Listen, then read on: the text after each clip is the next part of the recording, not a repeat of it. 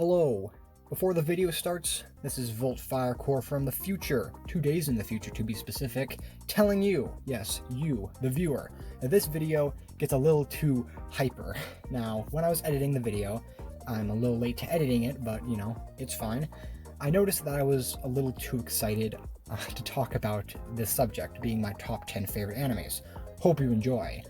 But, I hope if I ever do another top 10 list or something, I won't be as hyper, but I'm not going to cut it since I felt passionate about talking about this, even if it was a little too much. So hope you all enjoy the video, and let's get into this. What's up, friends? It's Volt Firecore. Now, this has been a video I've been putting off for far too long. This, my friends, is my top 10 favorite animes, aka my 60 subscriber special. Now, by this time, I have like 66 or 65 subscribers. I am late as hell. I don't know why it took me so long. Well, I know why.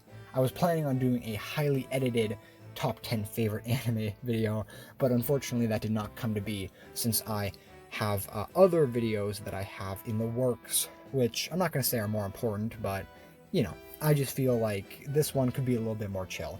So I'm going to be counting down my top 10 favorite animes, try to put some edits in there, make it somewhat interesting, but the real thing is just showcasing these. So I actually do have a word sheet with me, which is going to help me since I am trash with doing any kind of ordering of anything.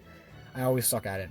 But bear with me because I'm just going to kind of flap my jaw for a long amount of time talking about this. So let's get into this with the number 10 position.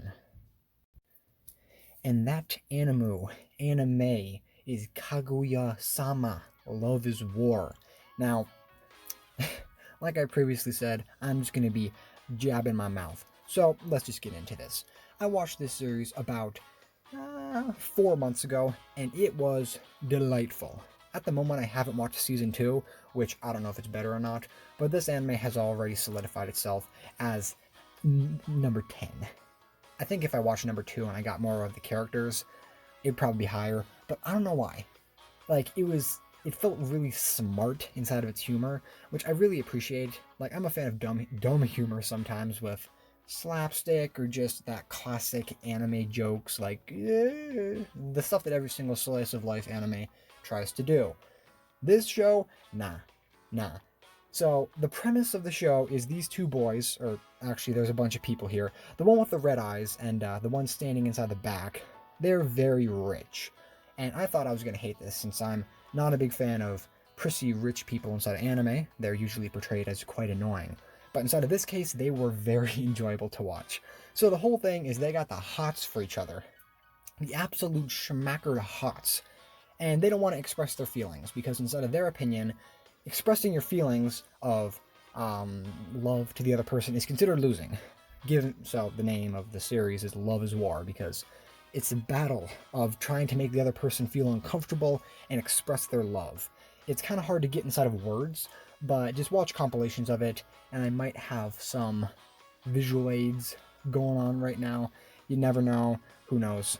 But anyways, this show definitely makes my top 10, and that's before even watching the second season, because I think that character, far left and far right, and another one, they get more background because all the characters, they just really work off each other, and there's a narrator. He's really funny, and also the timing was absolutely perfect.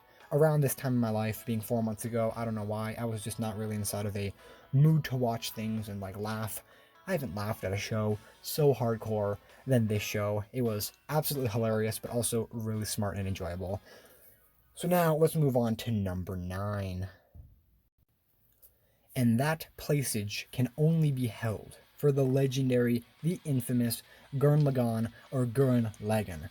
Now, when I was watching this, which is about a year and a half ago by now, I didn't even know what I was getting into. I was watching this show.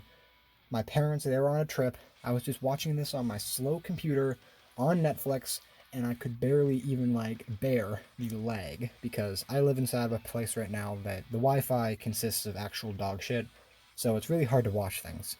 But while watching this, going over all the breaks inside of the story, I was enjoying it hardcore. So the premise of this is people have been forced to live underground due to giant robots that are wandering about, and like there's a spiral king and shit.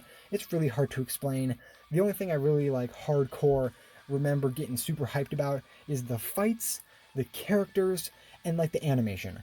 There have been multiple videos on like the beauty of the show and the beauty of the animation. One dude who I've been watching for quite a while, who makes like animation critique videos on like, oh wow, look at this. This dude got punched inside the gut and his button on his vest had this weird contortion because physics. But he did a review of like one of these scenes inside of Gurren Lagann, and he just broke it down. And when you think about it, Jesus Christ, Gurren Lagann has like these little minute details that make it really, really pretty. And I'm pretty sure this is a fairly old anime. Like, not old, but enough that it's pretty crazy that it is so insanely, I don't want to say edited, but it's really pretty, really cool, and it has this break inside the middle of the story where it's this really like hype fest stuff.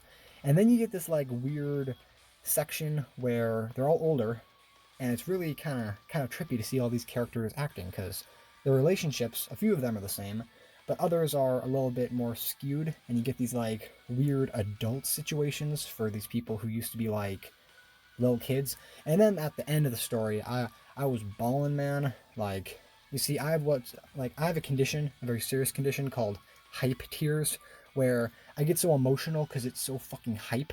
My eyes start to water, not inside of like a kind of way, but more inside of my heart starts palpitating and my eyes start leaking. So that's probably a problem with my health.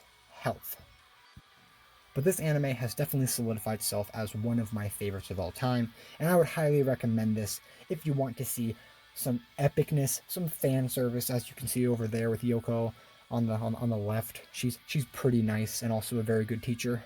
Bless your heart, Yoko. But yeah, watch this if you want a hype show. So let's move on to the number 8 position. And that position is going to hold one of the first animes to actually make me feel something inside of my stone cold heart. You see, I'm not really an emotional person inside of a crying way.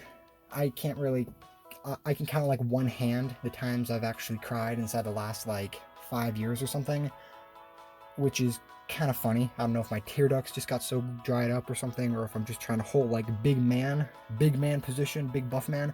But this anime, it broke me, man. It broke me down. I was on the floor, rolling around like a fucking sad sack. I'll always remember the day. I was literally standing inside the corner, watching the last couple episodes of this motherfucker, just crying my eyes out. And I have to say, I've never felt that. I've never felt that from a show.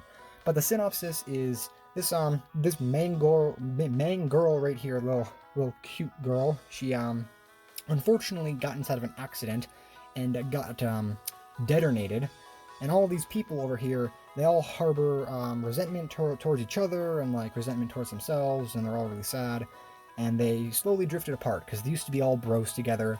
But then this poor female, which I'm not even going to try to remember the name of, since I don't really remember it too well. I just remember I was crying really hardcore at it, and it was really pretty and really sad. But they all drifted apart, and dude on the far right, this ghost of this girl comes over and haunts him in this very cute way. And at the end of the story, it's sad as hell. It's so sad. But watch it if you want to cry. That's pretty much all I have to say about it. Alright, so we've covered an epic one, we've covered a funny one, we've covered a sad one. I think it's about time we cover a more of a nostalgia trip, since we haven't had one yet. So the next placage is going to be for the legendary, the infamous Nausicaa of the Valley of the Wind. I always just call it Nausicaa or Nausicaa and the Valley of the Wind, but this is the number 7 spot, and my favorite Studio Ghibli film. Now, I've watched most of the Ghibli films, and I know it's kind of one of those things where it's kind of impossible to diss on them since they're so magical and whimsical and ahead of their time and beautiful, but my parents, thank you parents, please, thank you. I would not be here without them. Of course, inside of a biological way, but also inside of a making YouTube video way and a watching anime way, because they got me started on video games and Pokemon, and of course they also quote unquote forced me to watch a Ghibli film, which when I was younger, my little brain always thought that video games were like for the cool kids. Movies and cartoons, nah. I was past that. I played Mario. I was very cool. But my parents, they wanted me to watch Spirited Away, and you see, for the first 15 minutes, I resented them because I was like, damn you, I have to play Minecraft right now. But no. Little me was so absorbed inside the story, I almost shit myself. And then over time, I started watching the other ones like Pocoroso and Ponyo, and then this thing came up. So a movie store, yes, I used to go to movie stores or movie rental places.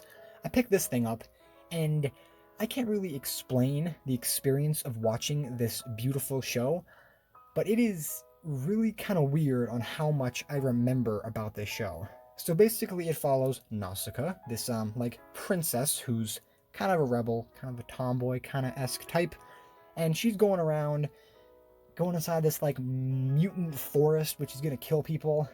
She lives inside this Valley of the Wind where a bunch of windmills are blowing away these dust particles because this mutant forest is summoning dangerous pollen which, if inhaled by humans, murders them brutally. So these people go over with gas masks on and go and defend the world. But Nausicaa, she comes up with the epic plan, well, after a variety of events take place, which I forgot like how kind of brutal these shows were. Like when you watch anime now, you barely get like any kind of violence. Inside of this one, it's like people getting murdered and beaten to death with sticks and shit. But she goes inside the forest and meets these weird little bug anthropomorphic arthropods. What are those things called? I don't know. It's like the prehistoric creature troglodyte. Yeah, those troglodyte fucking spiders that crawl around, and I'm pretty sure they're the ones making the pollen to some extent. So she goes over there, fights these things, and then it turns out they're all like good and shit, and it's really beautiful and really pretty. And another one that I didn't cry at, but I was very emotional while watching. I've also watched this with my with my parents, because the first time watching this, I watched it alone, and then with a family member, and then my parents, about a year and a half ago, they decided they wanted to watch it with me. Pretty sure it was on my birthday, which, thank you very much. I appreciate them actually taking the time to, piece in with me. So after watching this, we all kind of just talked about it, and we all liked it. So, yep, definitely the number 7 spot, since it is absolutely beautiful, and you should definitely watch it. And it has solidified itself, I'm gonna stop saying solidified itself, as one of my favorites of all time. Alright, let's get into the next one. Number 6, I think. I gotta check my list. Yeah, I was correct. The number 6 spot is Le Promise de Neverland. Now, this is actually one that I've read the manga quite a bit towards, which enhanced the placing of it, because I kind of expected it to get a little worse after they left their situation for the time being. Well, actually, when you think about it, I'm not going to spoil or anything, but their situation does not get better if you've watched the story. A bunch of things happen, and it is crazy inside the manga, but I'm not going to cover that since this is a mostly anime. But read the manga if you want to. The Promised Neverland is an absolutely insane trip. Pretty sure it's 2018 or something, and it's getting a second season early 2021. Pretty sure. So basically it follows these 3 people, Norman, Emma, the female, the main character, and Ray. I'm pretty sure those are the characters. Yeah. And then Phil, the little kid. We can talk about all those characters later. So basically, this is all talked about inside the first episode, so don't click off the video. And besides, most of you already probably know this, since people talk about this all the time. Spoiler warning, kind of. These 3 kids, actually an entire group of foster children, are tricked into believing they are inside of a nice, cozy home with their beautiful, well, nice, let's say nice, foster mother, who only has one rule and stuff. Do not leave the gate and do not explore. You are here until you are quote-unquote picked up by your foster parents. Well, it turns out when they're picked up, they're just turned into human meat burgers or something, because they are actually eaten by a race of alien monsters. So these kids, these very young kids, like 10 or 12, are having to deal with the brutal mutilation of their friends and, I guess, siblings, since they're, I think foster children consider the other foster children their siblings to some extent. I don't know, never been one. But they have to deal with this, try to hide it away so other kids don't do that. And it's like Death Note. You see, it's these kids playing this mind game, and this physical game, mostly mind, with this, like, trained professional in raising children, which is of course, their foster mother, who's been keeping this a secret from them the entire time. And there are a bunch of twists and turns, and the manga makes it even cooler, but I would highly advise to watch this if you guys want, I guess you could consider it a murder mystery, kind of, but it is extremely epic, and I'm pretty sure it's also considered a shonen, so weekly uploads are... It's more consistent than other mangas, since I'm pretty sure it's considered a shonen instead of Shonen Jump. I have a bunch of visual aids for the pictures, so I'm just gonna scroll through some of these. Yeah, let's just take a look at those. All right, let's move on to the next placing, which is going to be number 5, smack dab in the middle, Mob Psycho 102, the second season. So the first season was absolutely amazing, and I loved it, but the first season is, I have to say, it kind of pales in comparison to the legendariness of Mob Psycho 102. So this is like, I don't even know how to explain it. It is like One Punch Man if, like, psychic powers were involved and shit. It's one of those animes when, like, your fucking eyeballs start, like, literally jizzing all over the place because it's so fucking beautiful to look at. The amount of care put inside of each fucking pixel is insane. I have watched this show only once, and I plan to watch it again at a different time, but I don't even know the experience. The story is amazing. It's about this little boy, well, not really little boy, this young school student dude who has these crazy powers, but he's been told, yo, don't use those powers. Try to, like, accomplish your goals in your own way. So he accomplishes his goals. He doesn't need to rely on his psychic powers, but, you know, of course, since it's a battle anime, as you can probably expect, a bunch of people try to beat him up, and he's like, no, I don't want to fight you. And then, of course, he has, like, those crazy ultra burst moments, like, you just ate my cereal. You have disgraced my family name. And then he proceeds to absolutely obliterate, like, these scenarios and stuff, because the show puts the characters inside of, like, mind cities and stuff, so they can, like, destroy the entire atmosphere. This is all happening inside the second season, of course. Be sure to watch the first one. It's still good. A good season.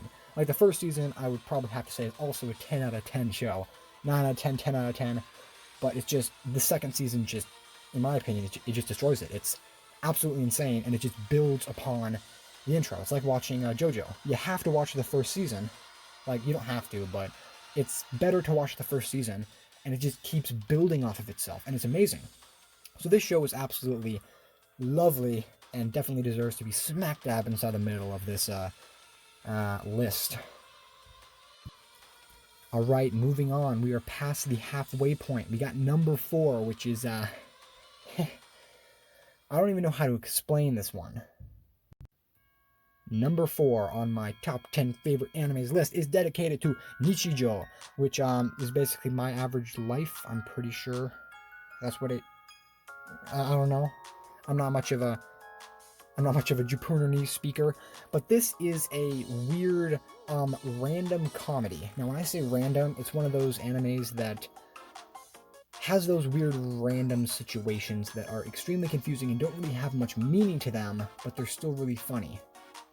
So, an example, I'm just going to tell you the most obvious example, since most people bring this up when they talk about the anime.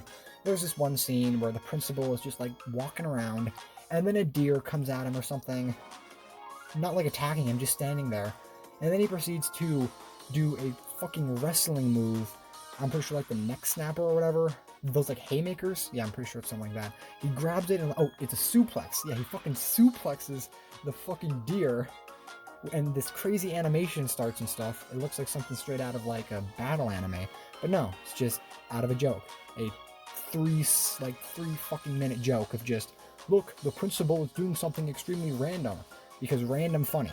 But this show not only does random funny, it also has these overarching stories of this robot who wants to be human, acceptance with all that. These school students who are absolutely hilarious having these conversations with each other. So with the whole My Ordinary Life shtick, it's actually not my ordinary life. It's more of my absolutely insane life that makes Volt Fire Corps very confused, but also laugh really hard when it happens.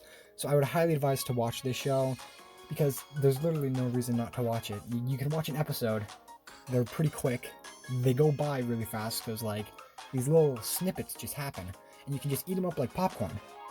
And then when they're done, you're just sitting there like, what the fuck just happened? But it's still really funny. And there's like 25 of them or something.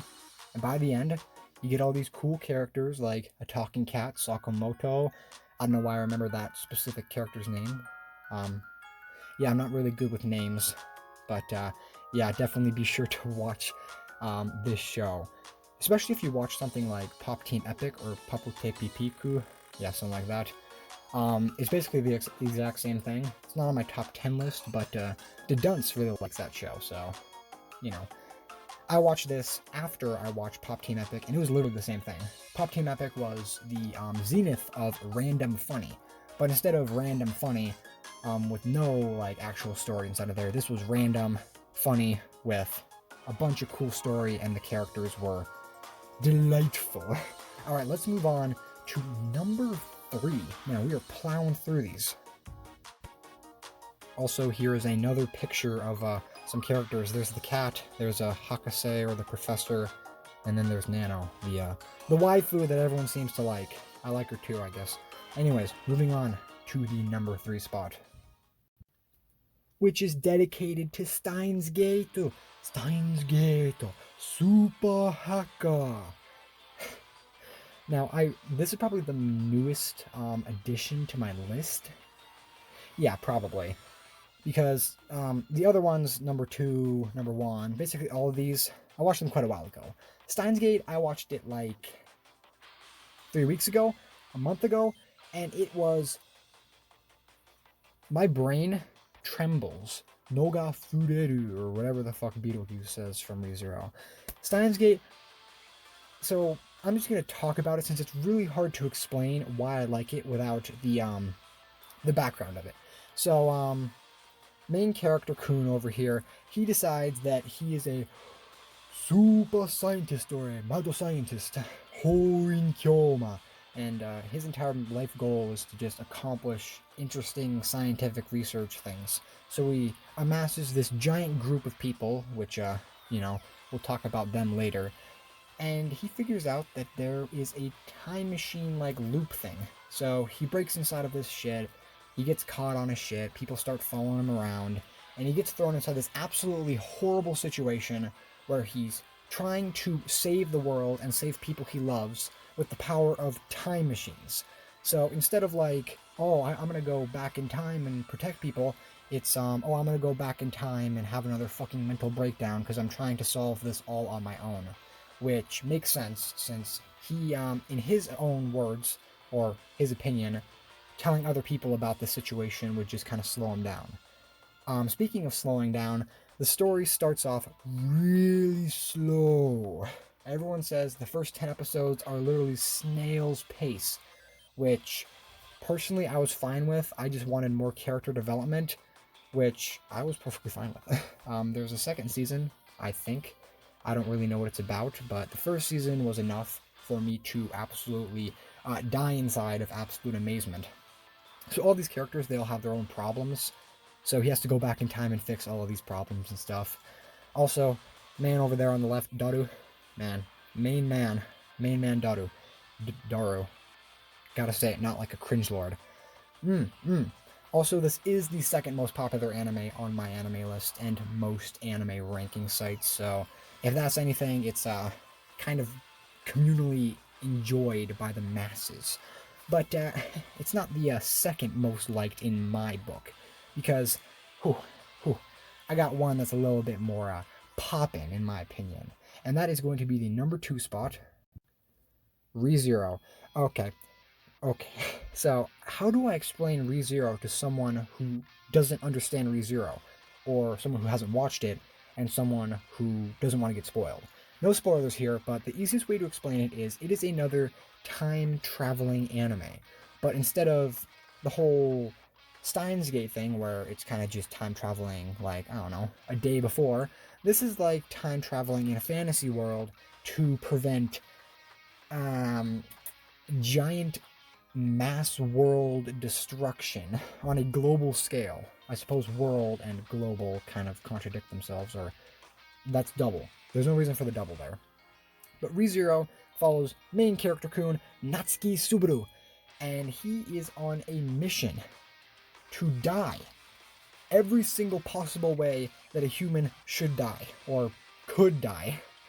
So he's thrown inside this fantasy world for seemingly no reason.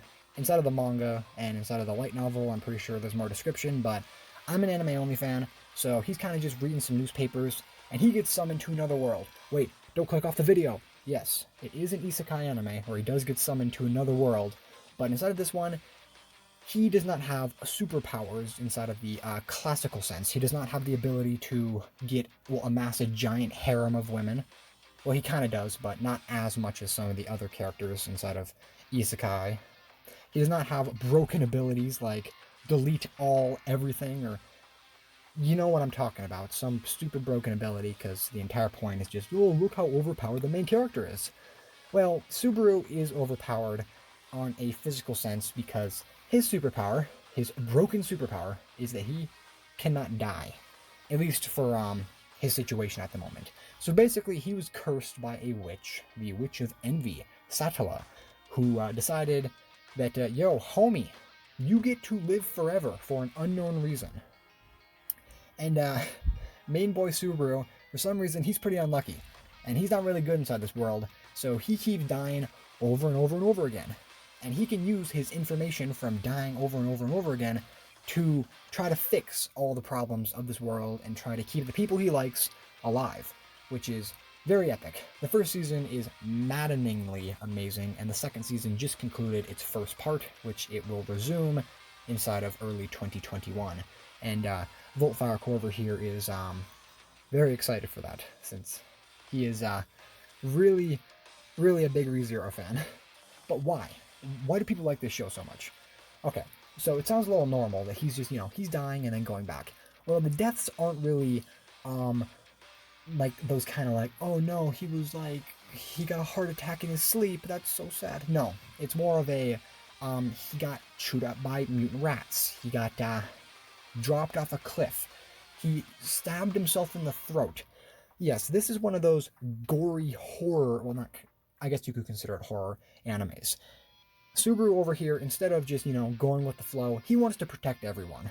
As you can tell by his kind of withered looking appearance, he's kind of dead inside after a little bit through season 1 and season 2 as well, because he has to go through a lot of bad situations, and when you think about it, dying a bunch of really bad ways, since there's a bunch of people out there who really don't like him, since he kind of smells like the witch's asshole.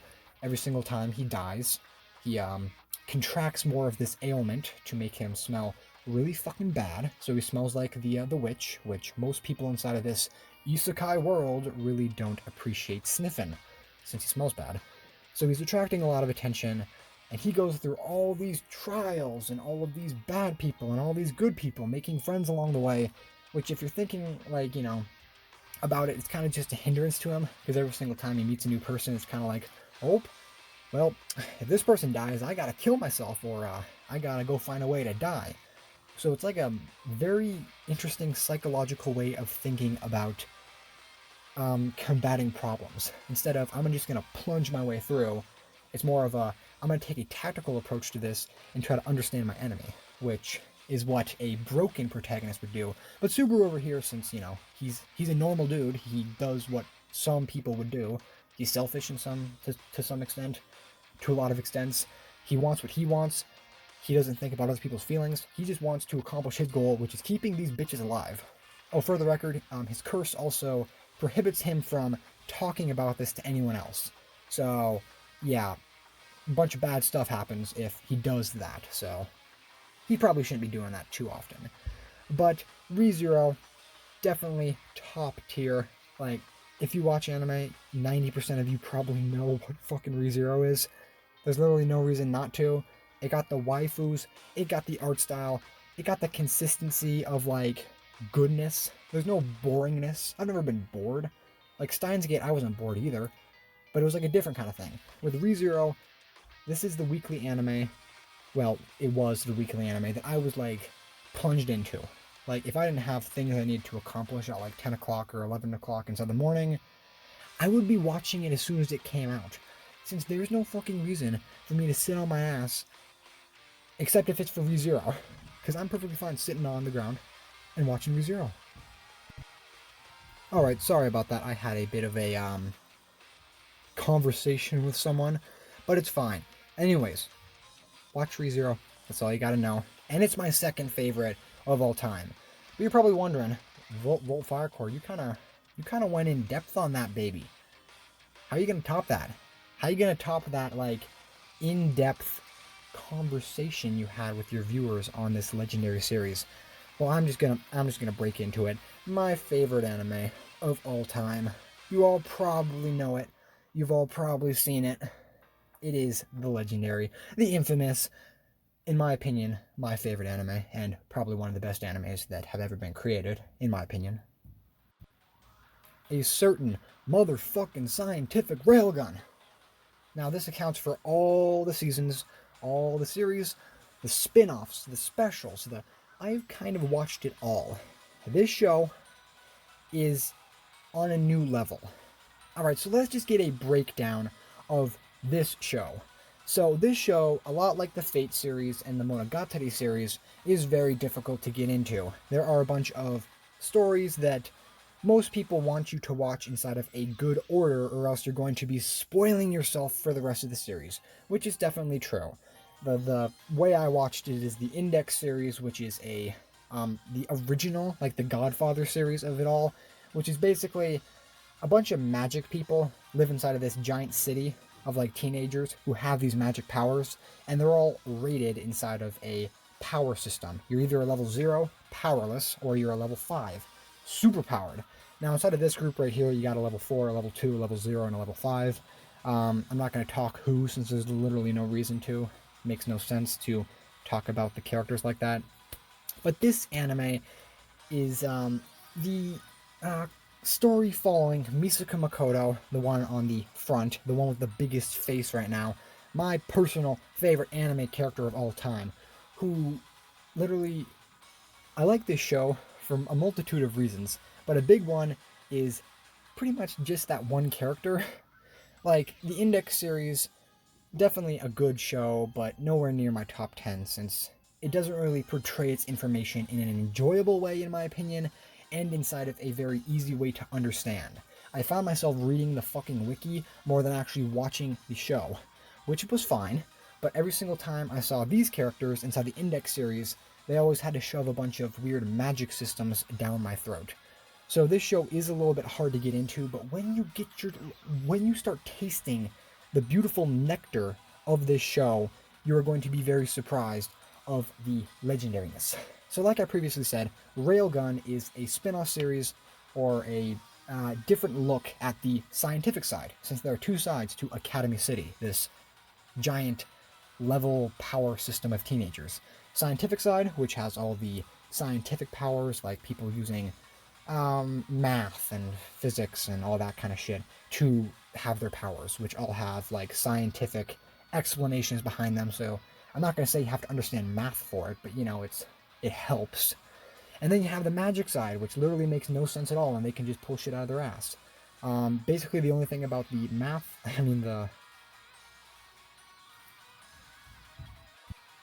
Sorry about that.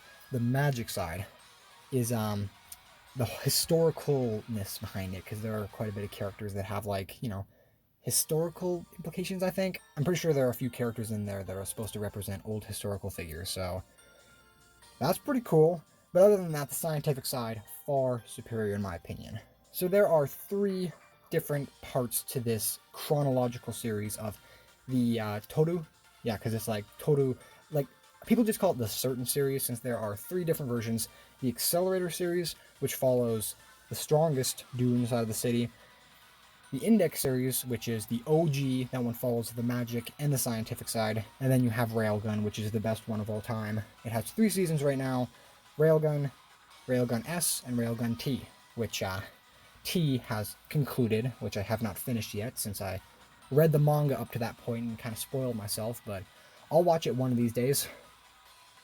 But this show has given me the legendary feelings every single time I see these characters, and it just builds off itself. Having that many different intertwining storylines, when you see something happening inside of Index, for instance, and then you see it happen inside of Railgun, and then it like explains why that happened, you have a new respect for Index. Or maybe they just have Index, which is like really mediocre, and then they have all these good series to explain Index. I'm not shitting on Index. I really like Index. It's just it doesn't really hold the weight that these other ones do, in my opinion. If you like it, that's perfectly fine. But anyways, let's talk about how I got into this series, since it's actually pretty funny. So the Volt Firecore YouTube channel, as you all probably know, started off with Volt Firecore, myself, playing Crash Fever, which I still play on occasion. It is a anime Candy Crush clone. That's pretty much the easiest way I can explain it. And it has a lot of collaborations with animes. This is going to sound very stupid, but the legend himself, Volt Firecore, decided to start watching not this, but also number 2, ReZero, due to an event happening inside the story. Yes, my top 2 favorite animes happened because an event was happening inside of a gacha anime game that I was playing at the time, which, literally just out of reverence for the joy these animes have given me, I still choose to play that very corrupt game, just in case there's a new event that will inspire me to watch a new series. But anyways, this series is absolutely magical, and I will definitely be talking about it more. Also, it's my profile picture. That frog is the favorite character of this whammon, Misaka Makoto. So I'm not really going to get into too much detail since, even inside of my own opinion, like, it's still confusing as hell. If I were to explain everything that happened inside of the Index, the Railgun, the Accelerator series, not only I couldn't do it, and I would literally need the wiki right here, but I just don't think I could remember it or read it all inside of, like, a time that my voice wouldn't fucking croak. Since just talking right now, my voice is going to croak. But talking about all that, it's insane. It's insane how much background, how many different groups, how many different power systems there are, how many different characters who just out of nowhere reveal this sinister plan to manipulate these characters, which you saw inside of the other spin-off series, and then you see the reason inside of this series, and then you watch the weird Accelerator series, which probably will get a season 2 sometime. It like shows inside the background something, doing something, like, I don't know, going to a gas station or something, and then you get this giant bomb of realization, since that's what happened with me. Every single time something happened, I didn't understand it. But then I watched a spin-off season, specifically Railgun, because that kind of put it all together with me. And also it has Misaka Makoto, which, clap it up for best girl of all time. It just puts it all together and makes Volt Firecore very happy. But, guys, that is my top 10 favorite animes. I hope this video will come out in a timely manner, since I don't want to hit 69 or 70 subscribers by the time this goes up.